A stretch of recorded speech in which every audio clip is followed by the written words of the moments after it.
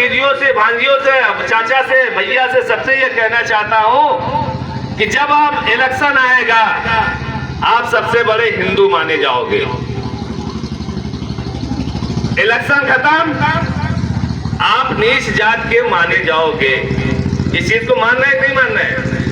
तो हमें समझना होगा। तो यकीन दिलाता हूं कि भरोसा दिलाता हूं कि आने वाला 2027 चाहे जो भी सरकार बनाएगा बगैर चंद्रशेखर आजाद जी के, आजाद समाज पार्टी और भीम आर्मी के गठबंधन के नहीं बनेगी।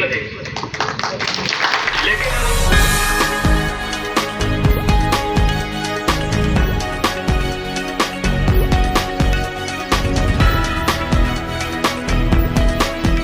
पार्टी का जो कार्यक्रम रखा गया है यहाँ के विधानसभा अध्यक्ष के द्वारा, श्री सोचन आजाद जी, मैं उनका बहुत बहुत आभार व्यक्त करता हूँ कि आपने इतना बढ़िया प्रोग्राम पार्टी के लिए रखा, भीम आर्मी के लिए रखा।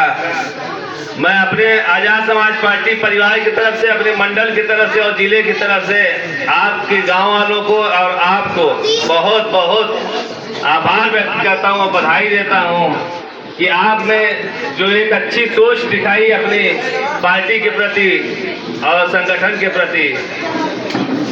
साथियों, बहुजन समाज में जन्मे सभी संतों, महापुरुषों, गुरुओं को नमन करते हुए मैं सीधे सीधे अपनी बात पे आता हूँ, पार्टी की बात पे आता हूँ। समाज पार्टी कांशीराम का कितने लोग नाम जानते हैं कि ये भी एक पार्टी है, राजनीतिक पार्टी। भैया आप आजाद समाज पार्टी कांशीराम जो बनी है, भीम आर्मी का नाम सुना है? हेलो बोलिए भाई, भीम आर्मी का नाम सुना आप लोगों ने? भीम आर्मी हमारे इस राजनीतिक पार्टी की मां है। एक तरह से कह लीजिए ये जो संगठन हमारा भीम आर्मी बना है, उसी पेट से जन्मी आजाद समाज पार्टी कांशीराम जो राजनीतिक पार्टी बनाई गई है, ये इसलिए बनाई गई थी कि जब तक भीम आर्मी संगठन चल रहा था तो हमारे कार्यकर्ताओं, पदाधिकारियों के ऊपर तमाम मुकदमे लादे जा रहे थे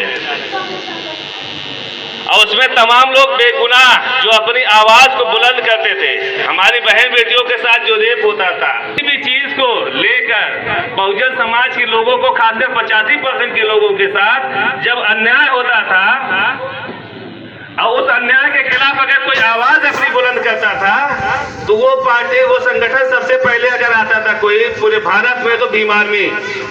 जब भीम आर्मी लोगों की नजर में गड़ने लगे तो यहाँ की सरकारें, यहाँ की अन्य पार्टियां को खटकने लगा। ये संगठन बहुत तेजी से आगे बढ़ रहा है और ये सबके हक और हुकूक की बात कर रहा है। सबके साथ जो अन्याय हो रहा है उस अन्याय के खिलाफ लड़ाई लड़ने का काम कर रहा है। तो उसमें तमाम हमारे पदाधिकारी जेल भी गए हैं, कुछ साथी आज भी जेल में हैं।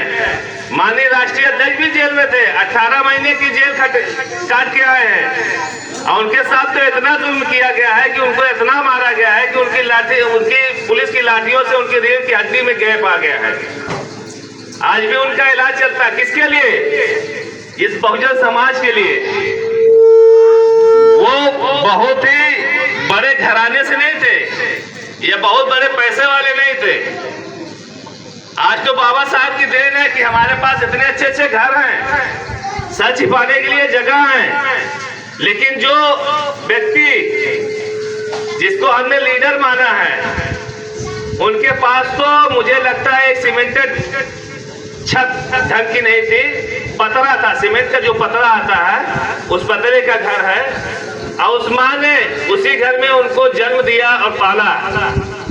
लेकिन उस घर से जब वो निकले हैं, वो बनना चाहते थे IAS, लेकिन उनके पिताजी की, जो माननीय राष्ट्रीय अध्यक्ष जी ने बताया है कि पिताजी की ये मंशा थी कि तुम वकील बनोगे। वकील इसलिए बनोगे कि अपने समाज को इंसाफ दिला सकोगे। उन्होंने वकालत किया, वकालत करके जब अपने समाज के लिए लड़ना शुरू किया, भाई कोई भी गरीब परिवार से आएगा, आप मजबूत हैं, आपके खिलाफ हम आवाज उठाएंगे तो आप हमारे लिए सबसे बड़े दुश्मन होंगे। लेकिन मैं उस माँ को सलाम करता हूँ जिसने अपने पेट से ऐसे लाल को जन्म दिया, और वो भी ऐसा लाल कि जितने भी दुश्मन हैं उनके, चाहे वो कितने भी बड़े कद्दावर नेता हो या अधिकारी हो, उनके सामने घुटना नहीं टेका और अपने समाज के लिए लड़ाई लड़ा, लाठियां खाई, जेल गए, लेकिन हिम्मत नहीं हारे। तमाम रिश्तेदार, घर परिवार, सिर्फ माँ और भाई को छोड़कर रिश्तेदार भी उनका साथ छोड़ दिए। ऐसी हालत में भी वो समाज का दर्द लेकर अपने स्वर्गीय पिताजी को याद करके कि उनका जो वचन है कि मान्यवर साहब और बाबा साहब जब इस दुनिया को अलविदा कह के उनके सपने को साकार करना है, जहां तक उन लोगों ने काम किया था, उसके बाद उन सपने को आगे बढ़ाने के लिए, साकार करने के लिए हमने जब पिताजी की कसम ली है, उनकी कसम है कि वो आपको सपने को साकार करना है, तो हम इस लड़ाई से पीछे नहीं हटेंगे।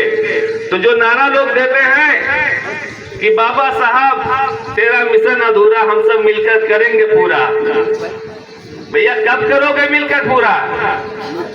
मान्यवर साहब ने जो कदम उठाया, जो एक राजनीतिक पार्टी दिया हम लोगों को, उसमें जब जिससे हमारी लड़ाई थी, जब उसको हम अपने गोद में बैठाएंगे, ये बताइए वो हमारे हित की बात करेगा?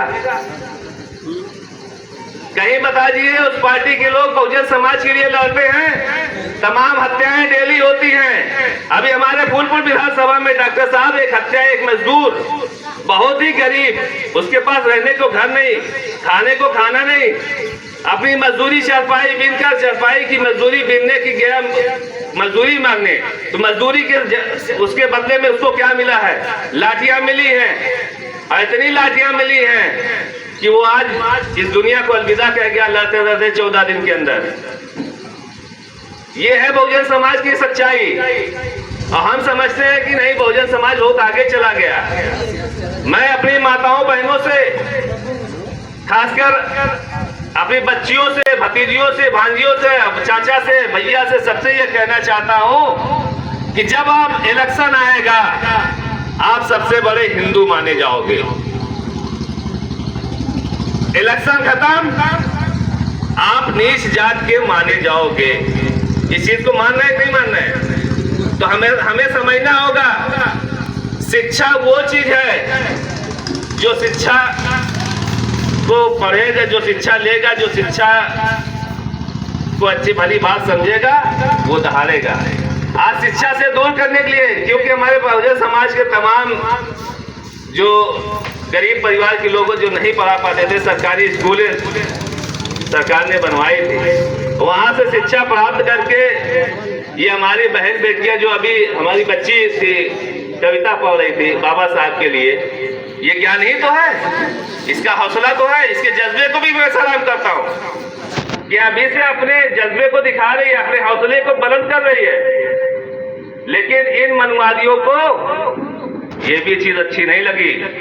हमारे स्कूलों को बंद किया जा रहा है। जिस स्कूल को बंद किया जा रहा है, जहां से हम शिक्षा प्राप्त कर रहे हैं, जब आप उस शिक्षा के जननी को, स्कूल को बंद करवाएंगे, तो हमारे भाई बहन बच्चे कहाँ जाएंगे पढ़ने?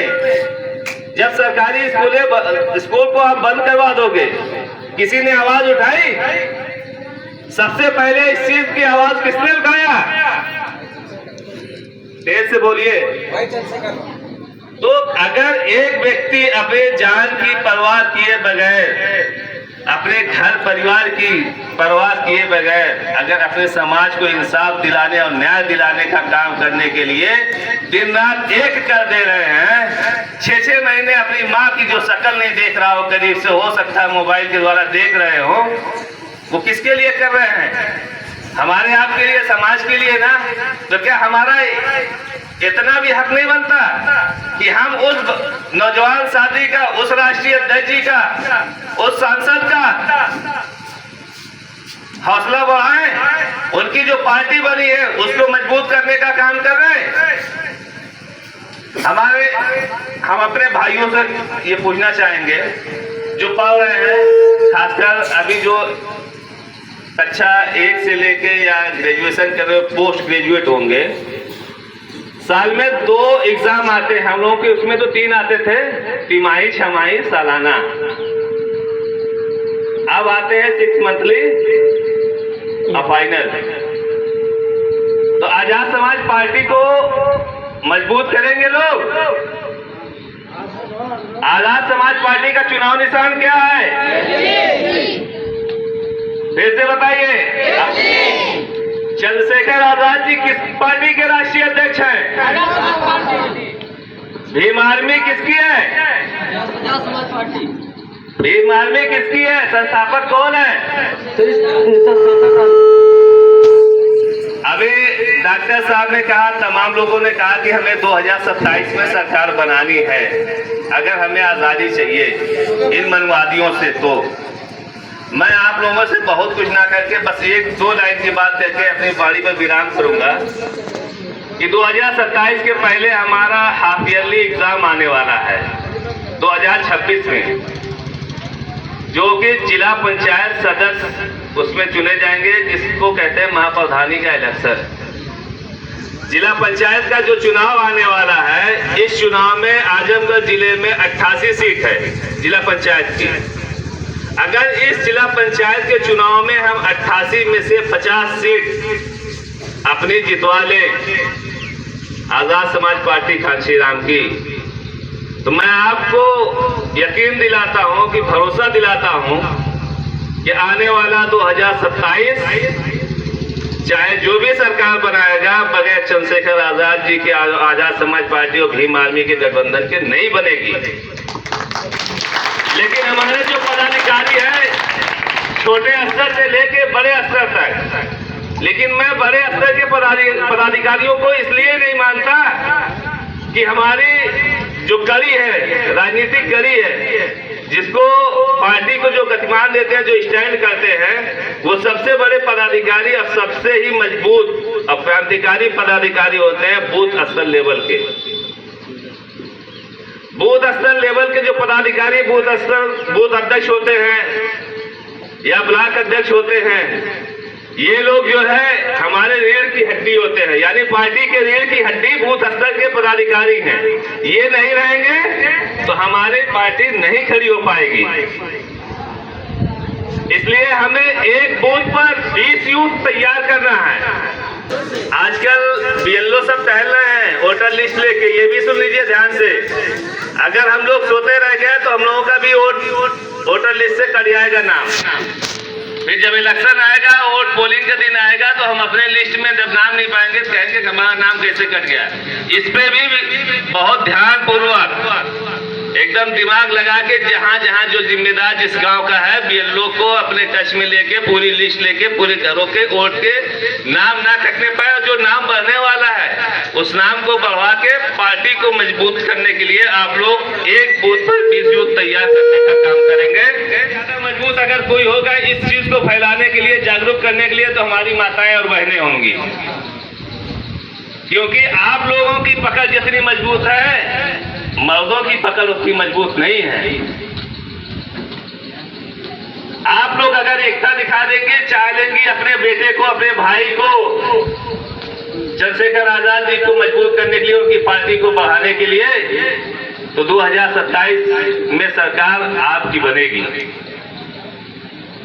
तो आप लोग से निवेदन है एक बार पुनः कि आप लोग चुनाव निशान बताने का काम करेंगे। अम्मा केतली बताएंगे सबको ना, कहा जैसे रिश्तेदारी नात बात है। अब पार्टी का नाम बताइए। पार्टी का प्रचार प्रसार नहीं करेंगे, कैसे लोग जानेंगे? हाथ उठा के बताइए, करेंगे कि नहीं आज के बाद?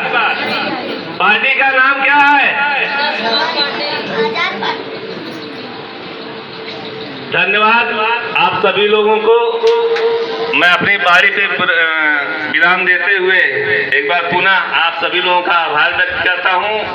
जय भीम, जय संविधान, जय भारत, जय आजाद समाज पार्टी घासीराम। एक बार हमारे साथ नारा लगा दीजिए तेज से।